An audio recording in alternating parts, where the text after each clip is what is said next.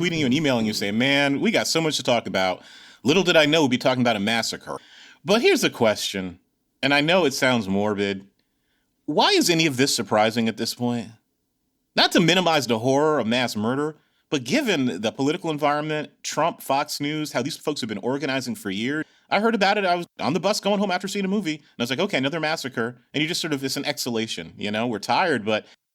We're surprised or at least shocked every time, because the natural thing that human beings, I think, want to do in the midst of tragedy, right, is try to find some normalcy and try to find decency. And when you're confronted with how monstrous and how horrific people can be, you want to try to convince yourself, for any number of psychological reasons, including self-protection. You just want to feel safe. You try to project this image of normalcy and the idea that, well, those people are outliers. They're not the norm. Most people are good. And yet, you know, the reality is two things can be true at once, right? Most people can be good, and most people can be people who would never do anything like this. And yet, an awful lot of people can do these things. And even more terrifyingly and more disturbing for us is a lot of people who most days are decent people.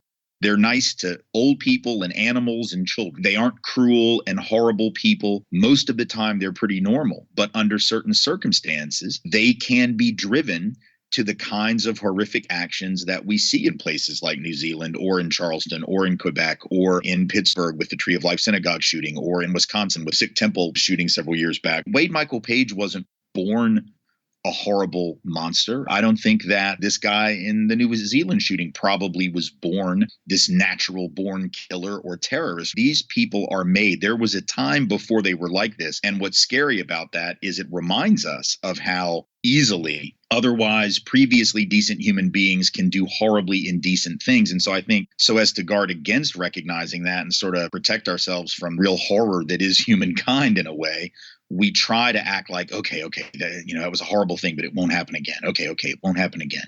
And then, of course, it does happen again. And we're shocked because we wanted so badly to believe that these were outlier events. So last night I was up to like 4 a.m. I was like, I got to get this out there, you know? So I wrote that salon piece, and I started making a list of all the examples of Trump encouraging violence and explicitly encouraging racism or his policies. I had dozens and dozens of examples. It's like, you could do this all day and all night.